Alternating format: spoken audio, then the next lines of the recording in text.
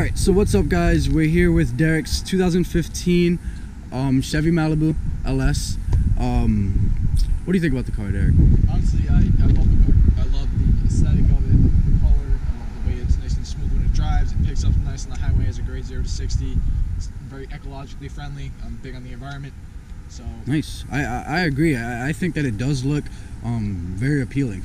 A lot of the family sedans nowadays, they don't really have that kind of nice sleek look on the outside, but I'm liking the way this is looking. The front of it, the headlights, even the hood, you can see, is looking pretty wild. It has a very sporty look. The first thing I actually said when I bought it, I straight up said it's like I'm a suburban dad.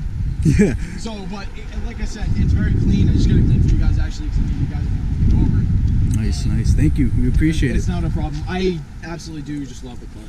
Yeah. Let me open it up for you. There you go. We gotta unlock it. Special thanks to Derek, by the way, for letting us review his 2015 Malibu here. I'm wasting a tank of my gas. So here, if we were to see the inside of the car, pretty spacious, I would say. In the front, it does look pretty nice. I like how they have all those different colors going around, and just that touch of chrome. The bad thing is, like, some cars, they'll put a lot of chrome on the dashboard, and it kind of throws it off. It looks cheesy, man, honestly, yeah.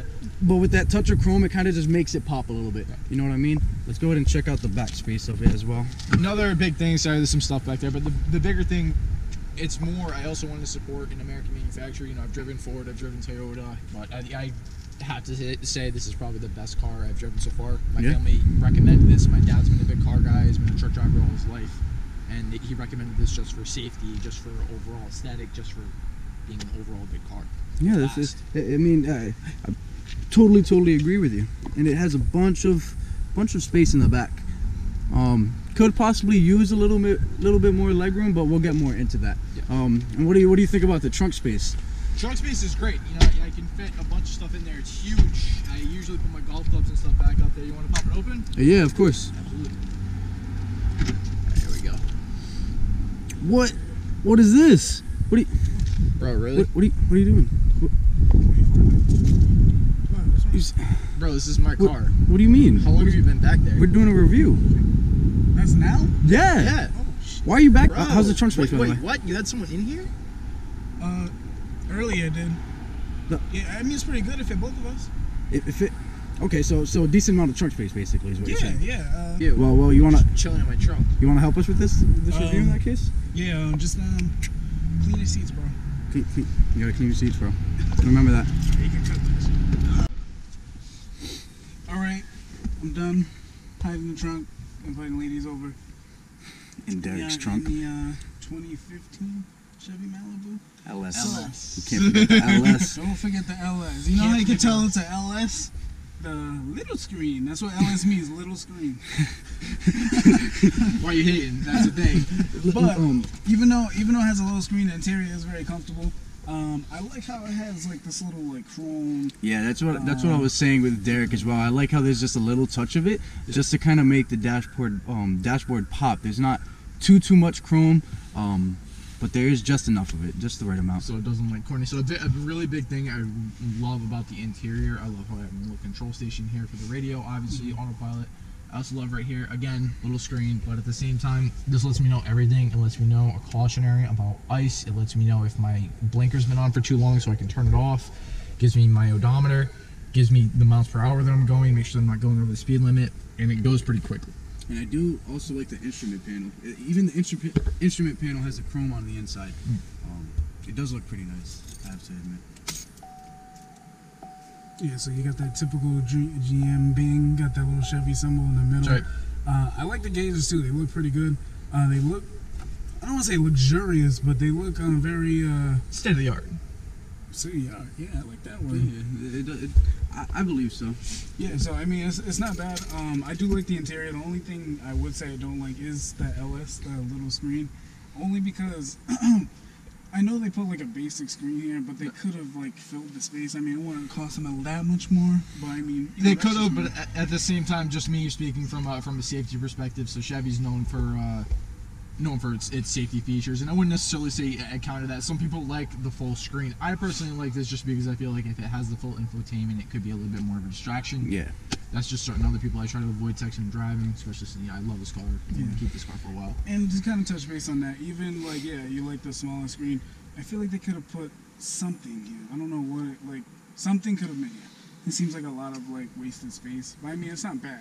I feel like just the way they made it look, kind of, you know what I mean? They probably could have shortened it a little bit so it's just that little screen so they don't have all that black. Yeah, or at least put it in the middle, you know. It seems a little offset. But other than that, I mean, I like this little cubby. Put your phone right here. Yeah, Boom. there's a couple of them.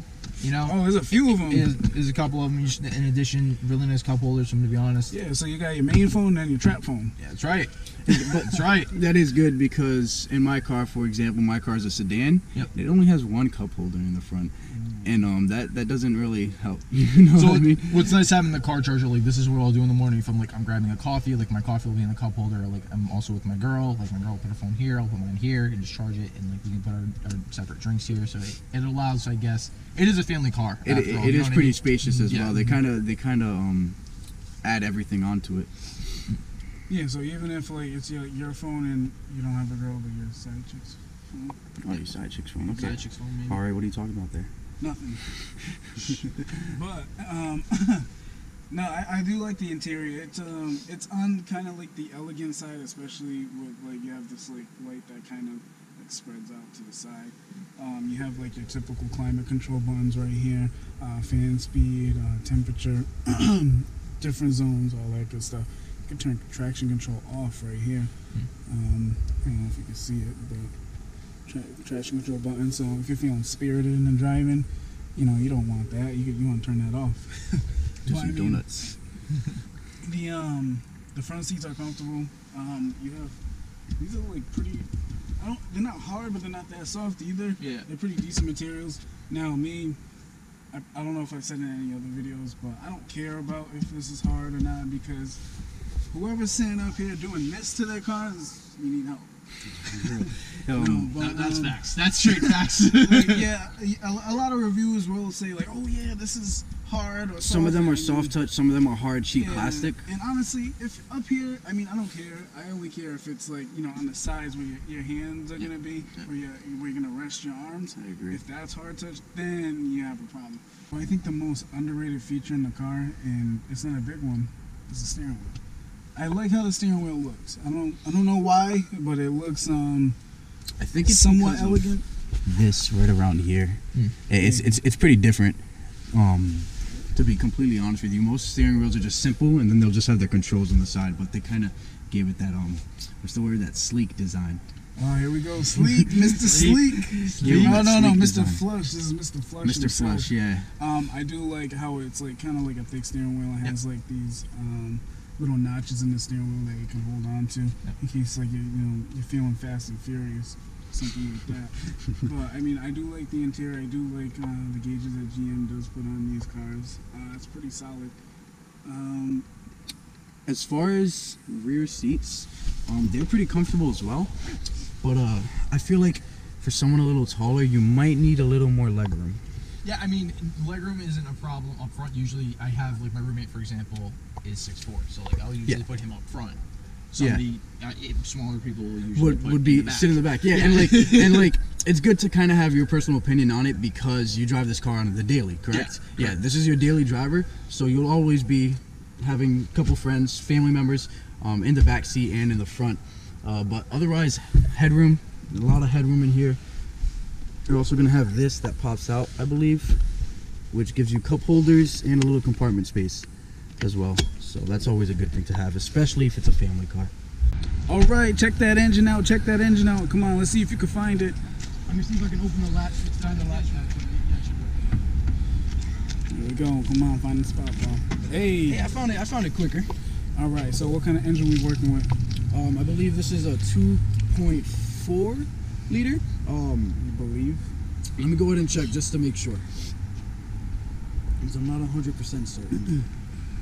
All right. While Greg's looking at that, Derek, how is the I guess how's the power? I know you don't really care about power that much, but I mean, like, when you're on the highway and you want to pass something, how's the passing power in this guy? Passing power is absolutely incredible. So that's something I've been pointing out to Greg earlier. This thing picks up really quick. That's why it's my baby. That's why I loved it. When I originally test drove it, I remember the first time I went on the highway, it was extremely smooth.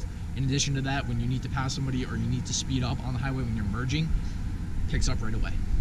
So hey, there we go. Yeah, so actually this car is a 2.5 liter, so just missed it by 0.1, but it's a 2.5 liter. I believe you're getting around like 196 miles, 196 horsepower for a 6-speed automatic transmission. What do you think on gas mileage? Gas mileage, I'd probably say around like 25. Yeah? And like, you're not too expensive, right? No, not too bad at all. I mean, I commute a lot, so I commute from North Providence to like University of Rhode Island, so it's usually about 60 miles a day, maybe. Yeah. And I only have to fill up maybe once every 5 days, once a week. Wow, that's really good. Yeah. Especially if it's a family sedan, so like we can't stress it enough. When it comes down to family sedans, you want to have really good gas mileage, because typically you're driving everywhere. You gotta pick up your kids from school, you gotta drop them off to their sport games, whatever the case may be. You want to have good gas. Sorry. I don't have any baby mamas yet, so not yet. Not yet. So, if you were looking to get it, wait, hold on. Is he single though? No, I do have a girl. Okay. I have a girl. Sorry, ladies. He's not. He's taken. But boom. So we're gonna do the test drive. Derek's gonna do the test drive because I crashed too many cars. No, I'm just kidding. No, this is his baby, so of course he's gonna test drive, and we're gonna get his point of view on everything. So yeah, do the honors, man. Where are we going? Just around? We're just going around. Yeah, so just go out here and take a right. Go out here and take a right? All right. Yeah. So I think I'm going to try and get you guys an example of how fast this thing picks up. Oh, nice. He's trying to give us a little... I'm trying to give you guys at least a taste. That's what we're here for. All right. So I like to keep my company entertained. So when he pulls off, just keep quiet so people hear the engine. Of course. All right, 1 second. So...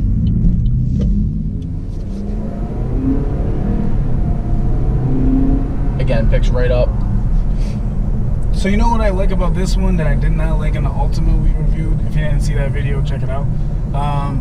The Ultima had that CVT transmission, which is like just like droney, and you can hear it. You can definitely hear it trying to change gears, trying to hunt for the right gear. Yeah.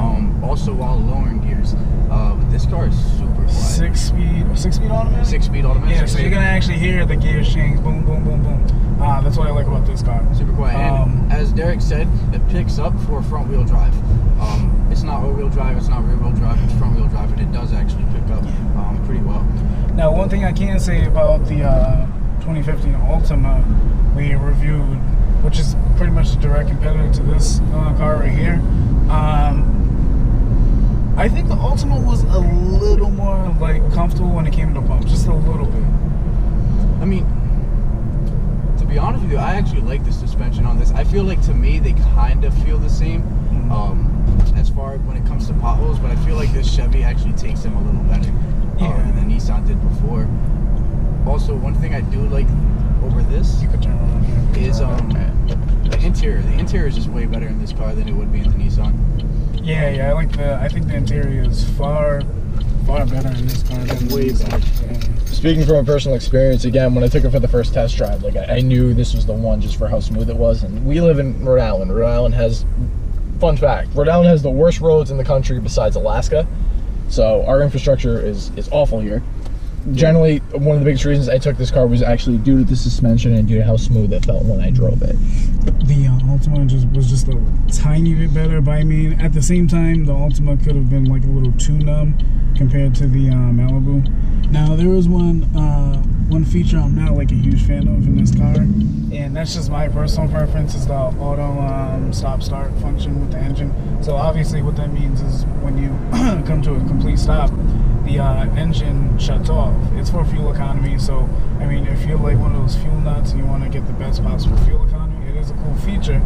I just don't like the feeling of the engine turning off when I'm at a stop and then like letting off the brake and then it starts up again. Not that it's a bad feature, it starts up right away, I just have a concern about, like, over time, what will happen once, you know, the car gets older, the engine ages, the transmission, everything, all the electronics, stuff like that.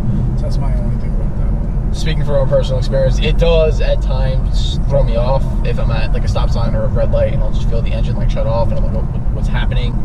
So when I first started driving, I was like, whoa, what the hell is this? Is there something wrong with it? As it turns out, there was nothing. It's just part of the fuel economy of it. But there are times it'll still throw me off just a little bit. Oh, okay. That's but I like it for the ecological standpoint and the environment standpoint, and just because you do get used to it. I mean, it's not really. It's there to eventually help you. Yeah. So it's not like it's hurting the car or anything. No. It's just overall helping for fuel economy, as I already said, and it's also helping the environment. So either way, it's a good thing. Also, this car has Wi-Fi. It does. Remember that. So Yeah, if you have you kids can. and they love to be on their tablets and their phones, this car has Wi-Fi. So that's another thing that it has over the Nissan. Yeah, that's true. That one was kind of boring on the inside. Not that it was a bad car, it was just a little on the boring side.